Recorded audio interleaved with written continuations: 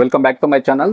This is for Chandu, మీ క్రియాన్ creations 519 YouTube channel. So ఈరోజు మరొక మంచి ఎడ్యుకేషన్ అప్డేట్ అనమాట. సో మనకు వచ్చేసి ట్రైబల్ యూనివర్సిటీలో అయితే మనకు అడ్మిషన్లకు సంబంధించి నోటిఫికేషన్ అయితే రావడం అయితే జరిగింది. సో చూద్దాం మరి ఎన్ని సీట్లకి నోటిఫికేషన్ వచ్చింది, మరి ఎవరు అప్లికేషన్ చేసుకోవచ్చు, ఇంటి డీటెయిల్స్ అన్ని కూడా మనం ఇప్పుడు స్టెప్ బై స్టెప్ ఎక్స్ప్లెయిన్ చేస్తాను. వీడియోని మాత్రం స్కిప్ చేయకుండా చివరి వరకు చూడండి, అప్పుడే మీకు అర్థమవుతుంది.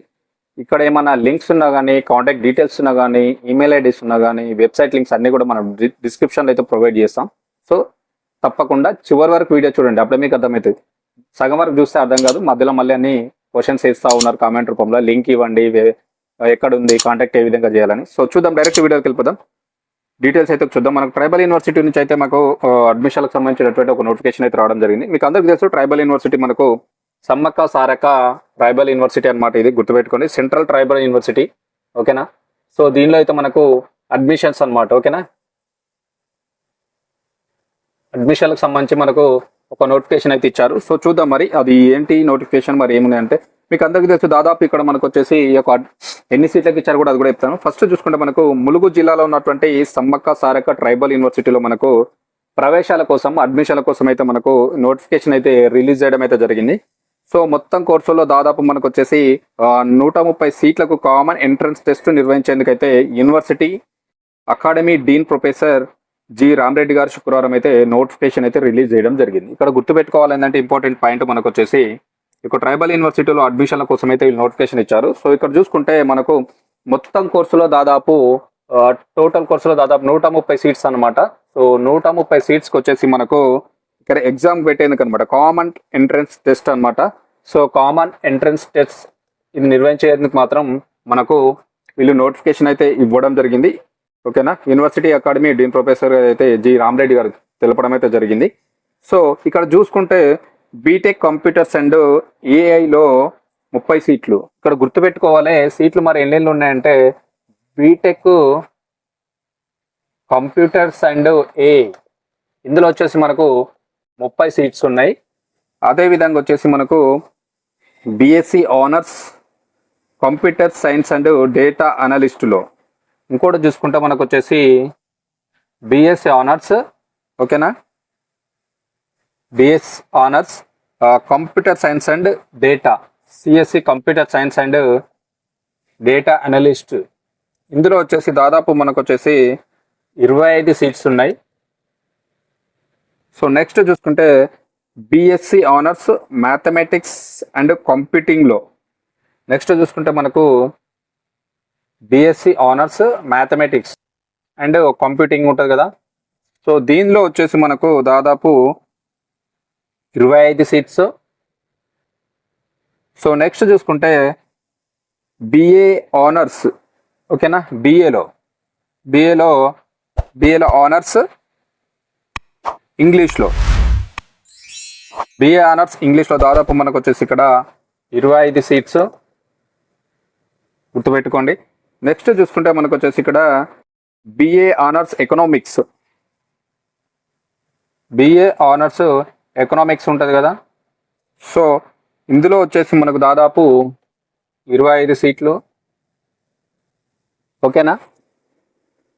సో ఈ విధంగా అయితే మనకు ఈ యొక్క భర్తీ చేయనున్నారు, గుర్తుపెట్టుకోండి. కంప్లీట్గా చూడండి, 130 సీట్లకైతే మనకు అడ్మిషన్ ఇచ్చారు. ఇది కామన్ ఎంట్రన్స్ టెస్ట్ ఎగ్జామ్ ద్వారానే ఈ సీట్లను భర్తీ చేస్తున్నారు. సో ఒక్కొక్క కోర్సులో ఉన్నాయి. బీటెక్ కంప్యూటర్స్ ఏ ఉంటుంది కదా, దీనిలో 30 సీట్లు ఉన్నాయి. బిఎస్సి ఆనర్స్ ఇక్కడ మనకు computer science and data analyst something ఉన్నది, దానిలో 20 సీట్లు ఉన్నాయి. బిఎస్సి ఆనర్స్ మనకి ఇక్కడ వచ్చేసి కొన్ని మ్యాథ్స్ అండ్ కంప్యూటర్స్లో కొన్ని ఉన్నాయి. ఇంగ్లీషు, అదేవిధంగా ఎకనామిక్స్, బిఏలో ఇంగ్లీష్ ఉంది, బిఏలో ఆనర్స్లో ఎకనామిక్స్ ఉంది. సో ఈ విధంగా 25 సీట్స్ ఓవరాల్గా చూసుకుంటే 130 సీట్లను అయితే ఈ యొక్క కామన్ ఎంట్రన్స్ ఎగ్జామ్ ద్వారా మాత్రమే ఈ సీట్లను అయితే భర్తీ చేస్తున్నారు. అందుకోసమే వీటికి సంబంధించినటువంటి మనకు నోటిఫికేషన్ కూడా ఇవ్వడం జరిగింది. సో ఈ కోర్సులకు వచ్చేసి మనకు ఆగస్టు 2వ తేదీ మనకు లోపు అయితే అప్లికేషన్ చేసుకోవాలి. సో దీనికి సంబంధించినటువంటి లాస్ట్ డేట్ చూసుకుంటే మరి ఎప్పటిలోపు అప్లికేషన్ చేయాలంటే ఆగస్టు 2 లోపు అయితే మీరు అప్లికేషన్ చేయాలి. గుర్తుపెట్టుకోండి, ఆగస్టు 2వ తేదీ లోపు మీ యొక్క సీట్లకు అయితే అప్లికేషన్ చేసుకోవాలి. ఎవరన్నా బీటెక్ కంప్యూటర్స్ అండ్ ఏఐ ఉంది కదా, ఈ కోర్సుకు మీరు ఒకవేళ సీట్లో అడ్మిషన్ పొందాలనుకుంటే బిఫోర్ ఆగస్ట్ లోపు అయితే అప్లికేషన్ చేసుకోవాలి. దాదాపు 30 సీట్స్ మాత్రమే ఉన్నాయి, లిమిటెడ్ సీట్స్ ఉన్నాయి. కాబట్టి గుర్తుపెట్టుకుని ఈ ట్రైబల్ యూనివర్సిటీలో కనుక మీరు చదవాలనుకున్న వాళ్ళు ఎవరైతే ఉంటే ఈ కోర్సులకు సంబంధించి ఇంట్రెస్టెడ్ ఉండి చదవాలనుకున్న వాళ్ళు ఇన్ టైం లోపు అయితే అప్లికేషన్ చేయండి. లిమిటెడ్ సీట్స్ మాత్రం ఉన్నాయి, వీటిని కూడా ఎగ్జామ్ త్రో వీటిని అయితే ఫిల్ చేస్తున్నారు, అది కూడా గుర్తుపెట్టుకోండి. ఓకేనా? సో దీనికి సంబంధించినటువంటి మరి ఏ విధంగా అప్లికేషన్ చేయాలో వెబ్సైట్ లింక్ నేను డిస్క్రిప్షన్లో కూడా ప్రొవైడ్ చేస్తా, గుర్తుపెట్టుకోండి. సో ఇక్కడ చూసుకుంటే మనకు మరొక ఇంపార్టెంట్ ఇన్ఫర్మేషన్ కూడా ఇచ్చారు.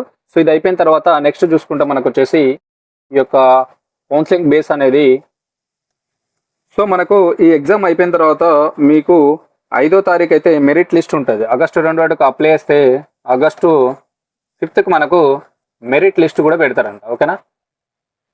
సో మెరిట్ లిస్ట్ వస్తుంది.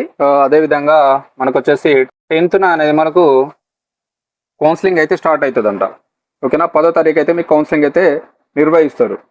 మొదటి ప్రాధాన్యతగా కామన్ యూనివర్సిటీ ఎంట్రన్స్ టెస్ట్, రెండో ప్రాధాన్యతగా జేఈ మెయిన్స్ ర్యాంక్ ఆధారంగా సీట్లను అయితే భర్తీ చేయనున్నట్లు ప్రకటించారు. ఇక్కడ గుర్తుపెట్టుకోవాలి, ఫస్ట్ మనకు కౌన్సిలింగ్ నిర్వహించినప్పుడు ఫస్ట్ ప్రాధాన్యత క్రమంలో వీళ్ళు నిర్వహించినటువంటి ఈ యొక్క ఎగ్జామ్ త్రోనే మిమ్మల్ని అయితే తీసుకుంటారు. ఓకేనా?